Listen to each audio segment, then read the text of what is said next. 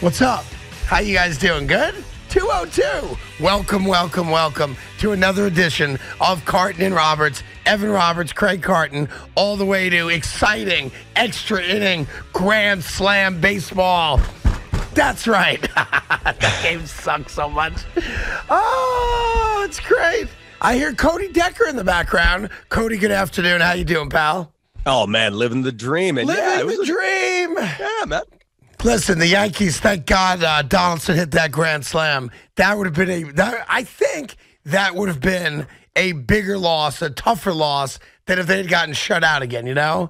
Like it's 4-4, they fight back, they get the tying run, they go to extras, oh my God, give up the 3 spot, we're going to be embarrassed at home, and bang, Josh Donaldson, who's had a very subpar year, gets the big hit. Everybody goes home happy, except for those people who went to yesterday's game and did what I would have did, leave early. Now, one of my closest friends in the world left in the 9th inning last night. 9th inning, was home back in his apartment to actually watch the bottom of the 10th and the Donaldson Grand Slam. But I want people to keep it real today. There were 42,000 people, give or take, in the ballpark last night. Who left? Who stayed? Because I don't know how you mentally forgive yourself for leaving a game that ends like that. Like, that's a magical game. That's a magical ending. And I've been there. I've done it. I never stay for an entire 9-inning game because baseball sucks. That being said, if you're at a game like that, and you leave, and you have one of these, like, miraculous, Alcoa can't wait, fantastic finishes, how do you live with yourself? You want a good example of that? Yeah. My dad brings this up all the time, especially when he's drunk. So, often. My favorite thing he ever talked about was he had tickets, and he went for the first 3 innings of a Fernando Valenzuela game in Dodger Stadium. Okay. He left, gave away his tickets to a buddy. Didn't even see the first pitch. He literally got to the stadium, gave the tickets to his buddy. Fernando throws a perfect game. Oh, it's a tough one. And I think we all have to admit it, as much as we like to pay lip service to the fact of you never leave a game early, you got to stay. There are games we have all left early, and something crazy happened after we left. Now, I would not have stayed last night. Number one, the Yankees, when did they score their first run last night? Because I was thinking about Big Mac last night as the goose eggs started appearing one after another. And I go, my man, Big Mac, is sitting there with this 3 olive martini. Kids are all sleeping, and he's throwing crap against the wall. And then, of course, you have the great comeback. So, being shut out for 5 innings didn't mean anything because the Yankees won. And I'm not a guy when it comes to baseball, Cody, that says, oh, that game, that's the game you're going to look back on. That was an important win, because it's a long season, a lot of games. But I do think for the Yankee fan base and for sure, the guys playing, that last night's win was important. Not even how they won, just to win the game. But the fact that they'd been shut out essentially for 3 straight games, and I think he scored 1 run in 32 innings was the actual number, as they said during the rain delay. Jack Curry said it. The fact that they scored a bunch of runs, they got clutch hits, they got guys on base, they drove guys home. I think if they now turn that into a series win against Toronto and kind of right the ship here, I do think you'll look back on last night's game and collectively, we'll say that was an important win. It was. It just was. I mean, we were sitting here for 4 hours yesterday talking about the absolute utter panic that was taking place. And even I felt the panic the first 5 innings of that game last night. But here's the thing. You mentioned Josh Donaldson not doing all that well this year. He hasn't been. And watching that home run, not only did the Yankees needed that, Josh Donaldson needed that just as much. And I'm not going to lie to you, that swag pimp job. I've never seen a bat flip behind someone before. That was sick. Yeah, it was good. And listen, when we're getting on a guy because the guy's not performing, you know full well that guy's frustrated in his own life. And if a guy ever needed a hit, Donaldson needed to get the big hit. And thank God he got it. because I think we're going to look back and say, remember when they won that game against Tampa, which, they were 9 games up. Who cares? We're going to look back, assuming that the pitching stays good, that they now start scoring runs in every single game, that Judge, hits a home run again at some point before Labor Day. I do think we're going to look back, but I really want to know if you stayed to the end. That's the thing that I want to know the most. Did you stay until the end of the game? Meanwhile, the Mets, of course, got a little sloppy there late, but the Mets get the home run from Beatty. Some guy put his hand on Beatty's sister's breast in the celebration of his first ever Major League home run. Did you not see that? I missed it completely. So this is great. So Brett Beatty gets up, obviously, first at bat. I think it was the second pitch, hits the home run to right. Okay? First swing, first Major League swing, bang, a home run. I thought it was awesome. His family's there. Like, I'm sure your family got to see you at UCLA or in certain, stops along your career. And it's this great moment where the family gets to be there in person to enjoy their son, their brother, etc. The first Major League anything, right? Mm-hmm. So Beatty hits the home run. The family jumps up and down, as you'd expect. You're all going crazy. There's what do you say, Big Mac? Like a 20-year-old woman, maybe in her young 20s, it seems. I could be dead wrong on that. But a younger gal, right? And she's jumping up and down. And there's, again, a similarly aged guy next to her. I'm assuming that that's her boyfriend, but I honestly don't know. And in the celebration, his right arm reaches out and grabs her left breast. Does he grab it like it's a shoulder thinking he's shaking it, or does he just go for the move? I don't know. Like, it depends. I guess there's two things. It depends if you just want to watch it through or you want to freeze frame it. If you freeze frame it, you could freeze frame it in a manner that looks like he's groping her. Like, this is my shot to get some boob. I'm going to reach over. She's not going to think anything of it. Everybody's jumping up and down, right? Mm-hmm. If you watch it without freeze framing it, you could say it's an accidental touch, yes. So I honestly don't know. But it went more viral than the home run itself, which I thought was great. Like, everybody up and down, breast. Everybody up and down, breast. So, yeah, good win for the Mets, though. Who needed it more? Huh? Who needed it more, Craig? Who needed it more, Craigie? We talked about this all day, that we kind of wanted both teams to lose so we could have fun today with it. But at the end of the day, they both won. Yeah. Who needed it more? I think the Yankees needed it more. I do. I think even if the Mets had lost and ruined what was another good start for Scherzer up until when he lost control in the 7th inning, I still think the Met fan could have said, no worries, DeGrom's pitching tonight. We'll be fine. We know we're going to walk out of here in first place no matter what. I think the Yankees were more, maybe desperate's not the right word, but to me, the Yankees, were desperate. I think that is the right word. They needed a win in the worst way. Plus, they're at home versus being on the road. So, yeah, I think the Yankees needed it more, and I think collectively, you probably heard every Yankee fan breathing a sigh of relief when Donaldson hit it, because it was one thing to come back and tie it at 4. But then in the top of the 10th, you're like, oh, come on, man. We gave up a 3 spot? Like, we couldn't get the job done? And so to come back against those odds and hit the grand slam to win it, I think the Yankees needed that more. And I think it was a huge, maybe the hit of the year. I'm waiting for you to notice something real big about that home run, Craig. I guess you haven't seen it yet, but I do feel as though I'm owed a couple of apologies for Monday's show, not just from you, but from some callers and from the listeners. Why is that? Gave up the home run. Who gave up which home run? The grand slam walk-off last night. Go ahead, gloat. Go ahead. Feel free. Jalen Beeks, who I told you would give up the house. Just listen to your boy. Yes, you did. You were all over Jalen Beeks on Monday. Well played. So sorry. I forgot that you mentioned Jalen Beeks. because when I hear the last name Beeks, I'm looking for the Orange Crop Report, and I think nothing else. I didn't even know that Beeks was playing baseball, but now that you say it, I do remember. So we'll get all your calls on that. I just wonder if you stayed for the Yankee game last night or if you left early and what the story was behind it. Meanwhile, the huge story in sports today, of course, is the fact that the NFL and Deshaun Watson and the NFLPA have come to an agreement. Now, this whole thing kind of baffles me because, the judge that first, the arbitrator, the judge that handed down the first suspension, 6 games, I don't think there was a fine other than games missed, which was not a lot because the way his contract is structured, apparently did not sit well with everybody.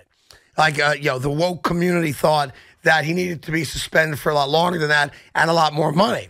What's interesting to me about it is the way this punishment is being announced, that it was negotiated.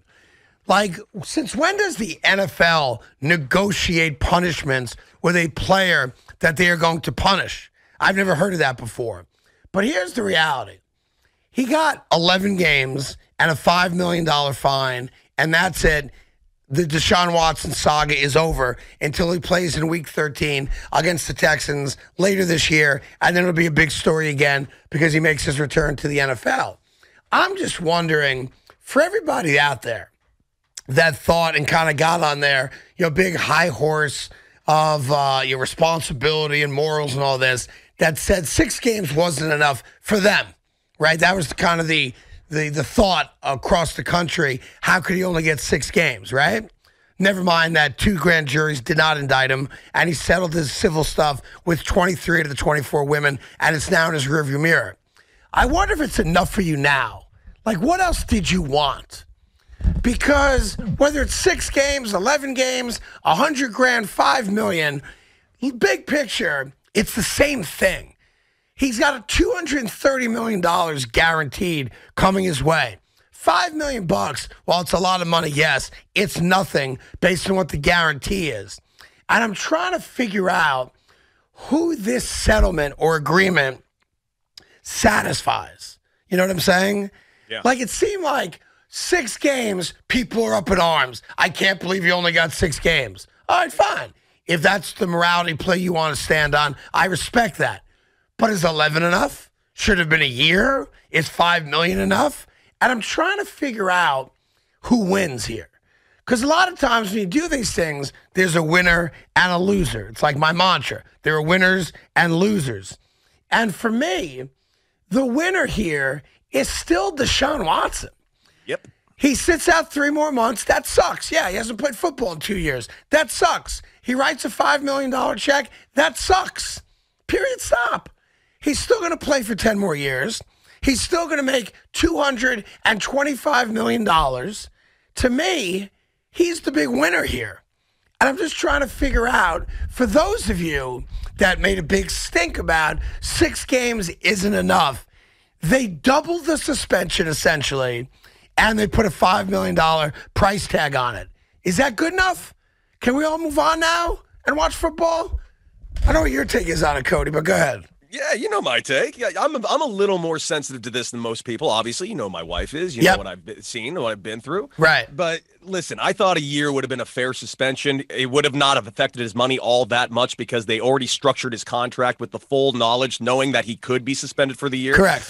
I would honestly say the biggest loser in this is, not any of the alleged victims, not the biggest loser. I mean, obviously they are big losers in this scenario, but the biggest loser, I got to say, is the Cleveland Browns. Not only do they, miss out on getting this guy that they spent all this money on for the season, but they are getting him back on week 12, week 13. It'll be week 13 because they have a bye. So it's 11 actual games that he's going to miss. His first game back is week 13, ironically, against the Houston Texans.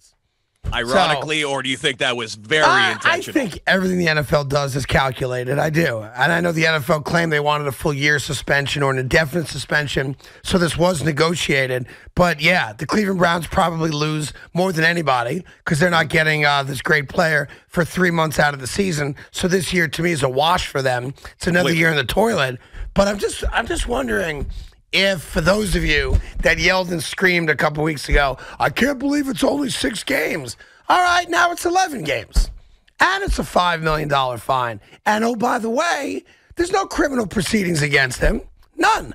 2 grand juries refused to indict him based on the evidence they saw.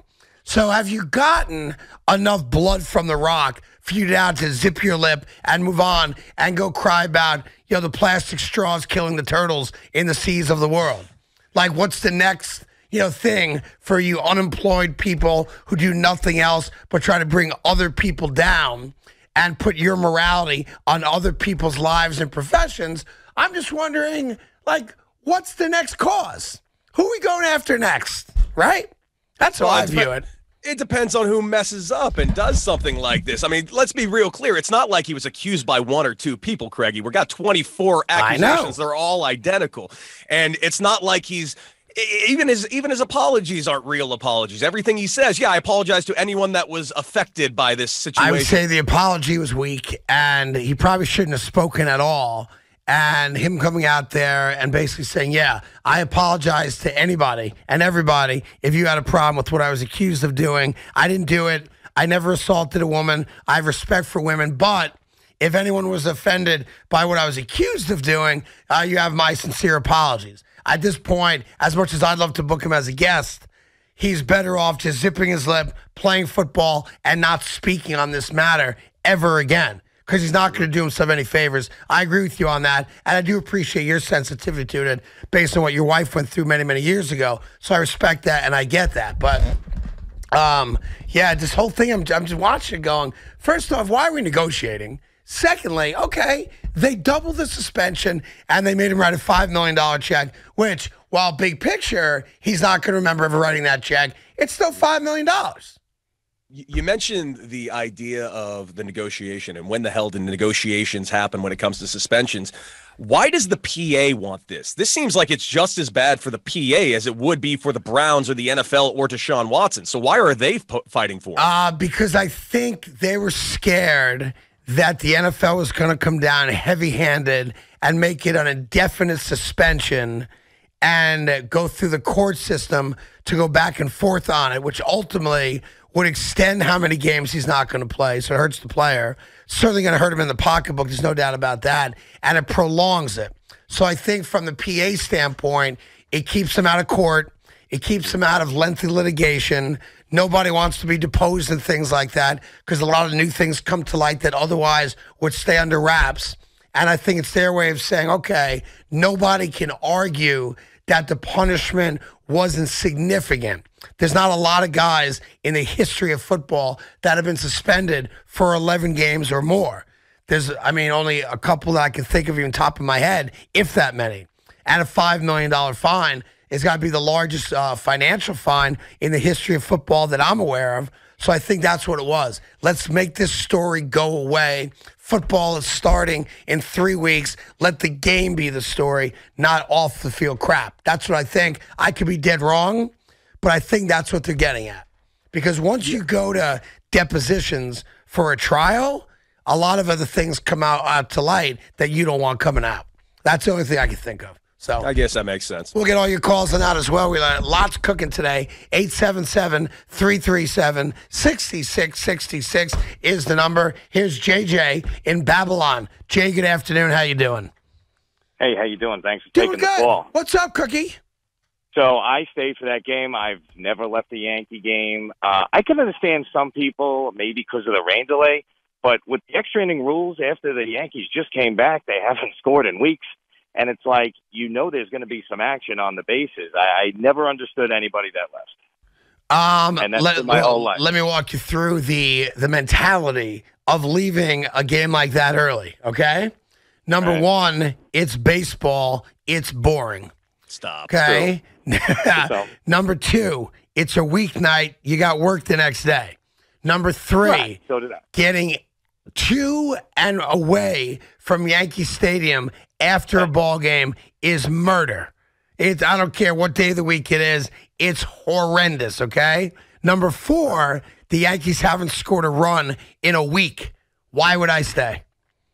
I'm actually with you because I agree with all of that. I guess I'm coming from I love baseball so much. So that I get it. Listen, that's why I'm one of the minority there. But I respect that. See, if you told me, and we'll take calls all day, I want to know the mentality of staying for a game like that after a rain delay to about midnight? Now, if the answer is, hey, I bought a ticket, I don't get to go to a lot of games, money is tight, and I'm going to stay there to enjoy the entire experience because that's what I bought a ticket for, I respect that. I'm just not that guy. That's all. I can't. All right. I went to a baseball game last night. I went to the Chicago White Sox game last night, and I actually got to witness the same thing. There was no rain delay. The game was a normal 3-hour ball game. Yeah. But this is something I have never seen, even like in all my years of watching guys and fans leave stadiums in the 9th inning, 8th inning, and all that. Last night, there was a mass exodus at that stadium of maybe like 3,000 people walking up the stands after the second out of the bottom of the 9th inning happened, to which I'm like, well, what's the point of leaving now? There's one more out. You're not going to beat the traffic now. Okay. I get that.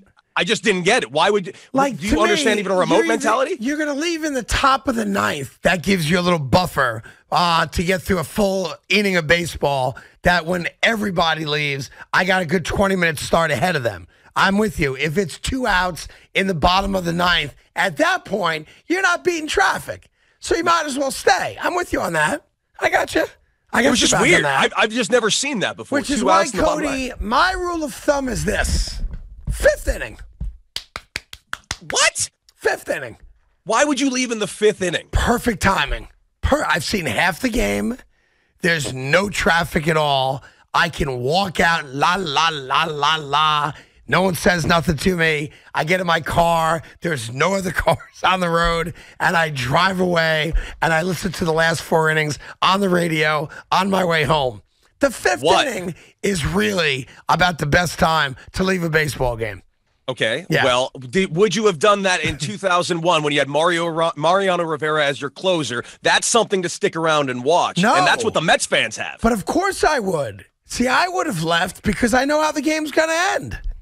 Right? Mariano's not going to blow his save here. Let's get ahead of the traffic. Let's get ahead of the people. It's like they're serving beer anymore. They cut beer sales off early. Okay, right? I do agree that should stop. All Major League Baseball stadiums should sell beer all the way to the 9th inning and way longer. I don't know why they stopped that. I agree with that. They stopped because they think, because here's the mentality. They think if I have a drink in the 8th inning, I'm more likely to get an accident and a DUI than if I stop drinking after 7 innings. It's stupid. It's for insurance reasons, I think, and nothing else. Nothing else. Okay. Closing off beer sales. What is it, the 7th inning? Yeah, 7th inning, beer sales cut off. Unless, of course, you're in a suite and you've got bottles of booze, which is why I also like to go to a suite. I really have become like the bougiest sports fan on the planet, and I do take ownership of that. I leave early. I don't sit in regular seats anymore. You know, I like special parking if it's available. You know, that kind of thing. Yeah, that's brutal. Why do you care about booze cut off if you leave at the 5th inning anyway? What's that? Why do you care about when the booze gets cut off if you leave in the 5th inning anyway? I am the voice of the people, okay. Big Mac. Right. And I recognize that the average blue-collar guy wants to have a drink beyond the 7th inning. Right, but you mentioned the suite, and that's why you like to sit there. Again, let me just set this up for you. Yeah. While I represent the voice of the blue-collar fan in this town, I do not live my life like the blue-collar fan in this town.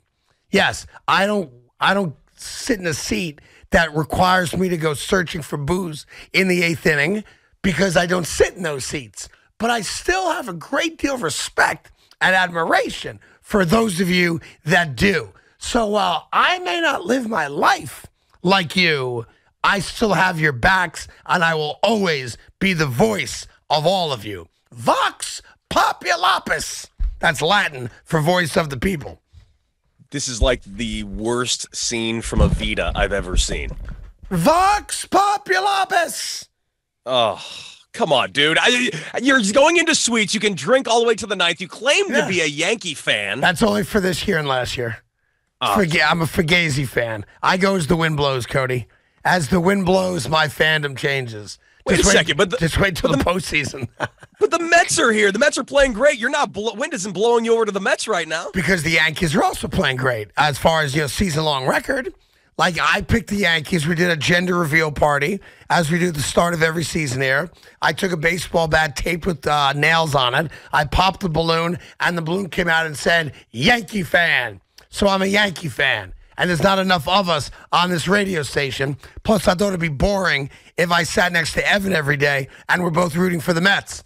So it was a calculated decision, and frankly, one that's paid off handsomely. The Yankees are 29 games over 500. I'm feeling pretty good about my decision. Thank you, Sam. Yeah, I get it, but why do no other Yankee fans feel good about being 29 games over 500? Because Yankee fans want World Series wins. And 29 games over 500, when you've been shut out essentially 3 games in a row, pisses them off.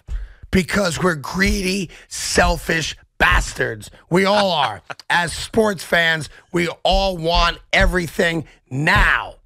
877-337-6666. That's Cody Decker. He's in for Evan Roberts today and again tomorrow. And here's the great news. I even got him paid for it. I can't believe it. How about that? How about that little development? I'm blown away. Thank you so much, Got Craigie. you paid. I Yes, know. Piz I'm aid. blown away. And I do not want the 10% agency fee either. You keep all the money, okay?